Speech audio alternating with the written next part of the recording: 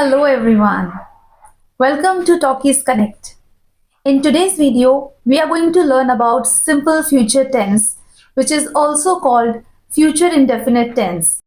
Simple future tense के structure और इसके uses के बारे में जानेंगे. हम जानेंगे इसका structure, positive, negative, interrogative, negative sentences कैसे frame किए जाते हैं. So let's begin.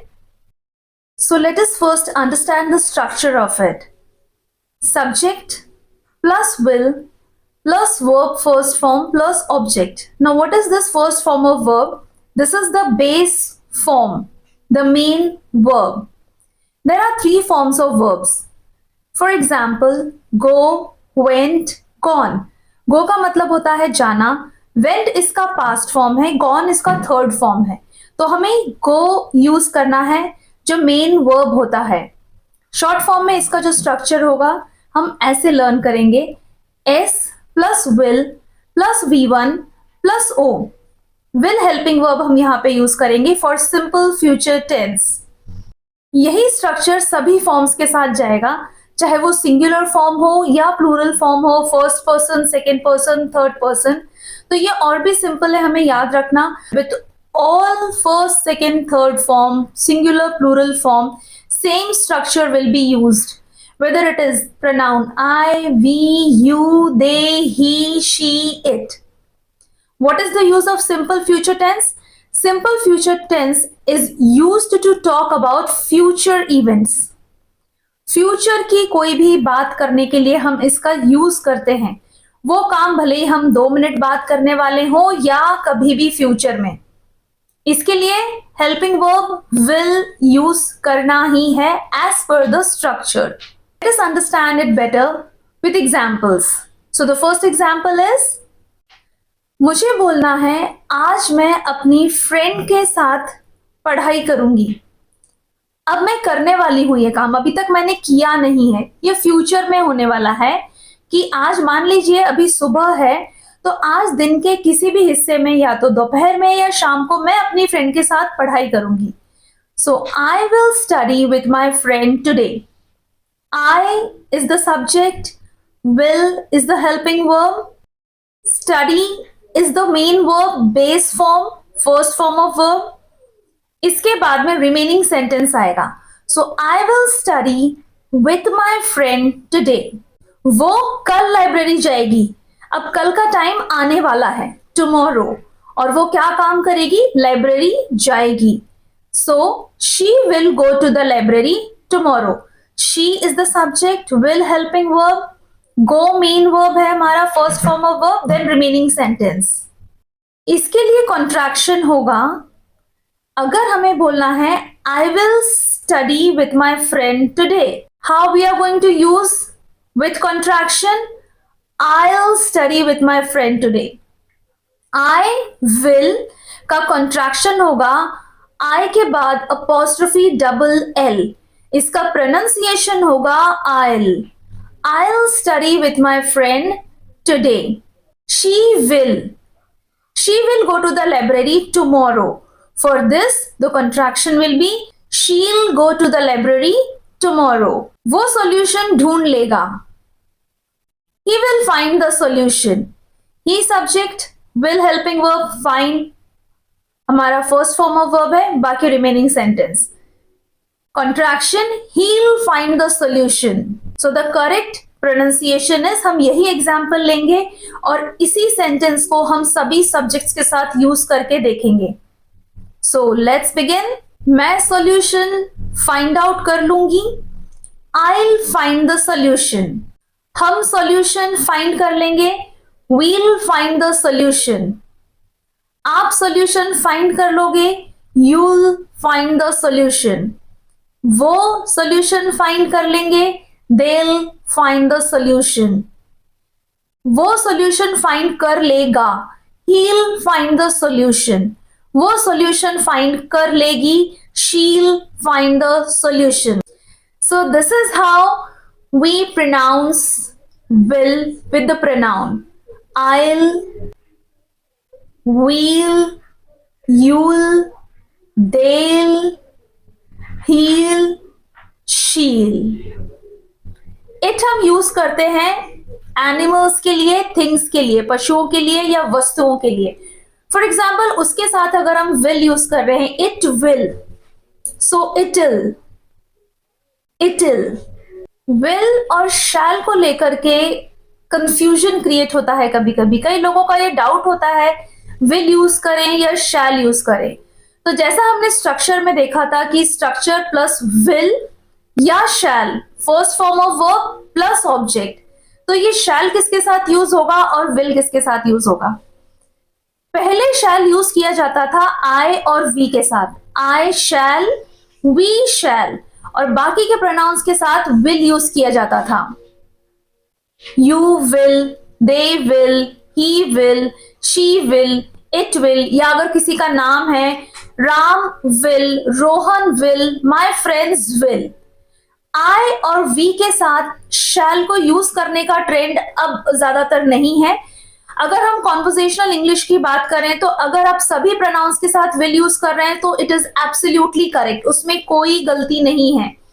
अगर आप ये बोलना चाहते हैं कि मैं मार्केट जाऊंगा या जाऊंगी, I will go to the market, we will go to the market, you will go to the market, they will go to the market, he will go to the market, she will go to the market. Will अगर आप सभी pronouns के साथ, for example Rohan will go to the market, आप सबके साथ use कर सकते हैं, ये ग्रामेटिकली बिल्कुल करेक्ट है। तो शैल का क्या यूज है?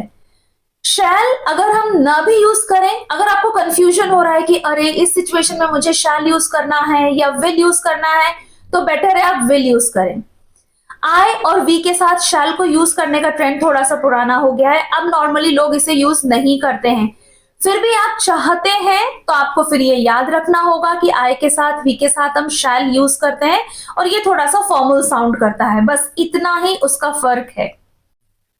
अब हम जानते हैं how to make negative sentences. Negative sentences frame करने के लिए हम नॉट वर्ड का यूज करते हैं और ये नॉट वर्ड हमेशा वर्ब से पहले आएगा किसी भी टेंस में। So the structure for simple future tense negative sentences will be subject plus will plus not plus first form of verb plus object. In short, S plus will not V1 O. Will not के लिए contraction होगा won't. So S plus won't plus V1 plus object. वो car नहीं चलाएगा. He will not drive the car. He subject है, will helping verb हमने use किया है, नॉट हमने नेगेटिव वर्ड यूज किया है, plus first form of verb and then object. Rohan keys search नहीं करेगा। Rohan will not search the keys. वो अपना होमवर्क कंप्लीट नहीं करेगा। He will not complete his homework. He subject है, विल नॉट हमने यूज किया है फॉर नेगेटिव सेंटेंसेस, वर्ब का first form and then the remaining sentence. Now let us see how to make interrogative sentences and interrogative negative sentences. Interrogative sentences, positive questions. The structure is will plus subject, base verb, that is the main verb, first form of verb, and then object and a question mark. Will plus S plus V1 plus O and a question mark. Now in the previous videos also we have learned that whenever we are going to make any question, helping verb will come before the subject. हमारा जो positive sentences का structure होता है, subject and then helping verb आता है, S plus will plus V1 plus O. यहाँ पर हम place change कर देंगे, will आगे आ जाएगा, subject पीछे चला जाएगा. So will plus S plus V1 plus O. For example, हमें अगर पूछना है क्या आप खाना खाओगे? Will you have food? Will आगे आ गया, you सब्जेक्ट पीछे चला गया, have खाने के लिए यूज किया है and object is food. Will you have food? क्या आप खाना खाएंगे? Now for interrogative negative sentences के लिए let us see the structure. Will plus subject plus not plus first form of verb plus object. In short, will plus S plus not plus V1 plus O. Contraction won't के साथ थोड़ा सा slight change आता है structure में, that is going to be won't plus s plus v1 plus o and a question mark. For example, क्या आप खाना नहीं खाएंगे? Won't you have food? Contraction के साथ without contraction, will you not have food? क्या आप खाना नहीं खाएंगे? हम कुछ और एग्जाम्पल से इंट्रोगेटिव सेंटेंसेस को और बेटर समझते हैं. क्या वो कार ड्राइव करेगा? Will he drive the car? So will, subject he, and then drive, first form of verb, and then the remaining sentence. Will he drive the car? क्या रोहन मुंबई जाएगा? Will Rohan go to Mumbai? Will, helping verb, Rohan, subject, go, main verb, first form of verb, then remaining sentence. क्या वो English पढ़ाएंगे? Will he teach English? तो ये थे interrogative sentences. Simple future में interrogative sentence का structure बहुत ही easy है. सिमिलरली इंट्रोगेटिव नेगेटिव सेंटेंसेस का स्ट्रक्चर भी बहुत ही सिंपल है. तो हम एग्जांपल्स देखते हैं. क्या वो आज खाना नहीं बनाएगी? Will she not cook food today? Will she not cook food today? So will helping verb, she subject, not negative verb हमने यूज किया है. First form of verb cook है, फूड हमारा ऑब्जेक्ट है, और टाइम है आज. क्या आज वो खाना नहीं बनाएगी? कंट्रैक्शन के साथ won't she cook food today? Won't she cook food today? क्या वो अपने दोस्त से नेक्स्ट संडे नहीं मिलेगा? Will he not meet his friend next Sunday? With contraction, won't he meet his friend next Sunday? क्या मेड रूम क्लीन नहीं करेगी? Will the maid not clean the room? Will the maid not clean the room? So now when we have understood how to make interrogative sentences and interrogative negative sentences, WH questions कैसे frame करना है ये और भी easy हो जाता है. जब हमें पता चल गया है कि इंट्रोगेटिव और इंट्रोगेटिव नेगेटिव सेंटेंसेस कैसे फ्रेम किए जाते हैं, WH क्वेश्चंस फ्रेम करना बहुत ही सिंपल है.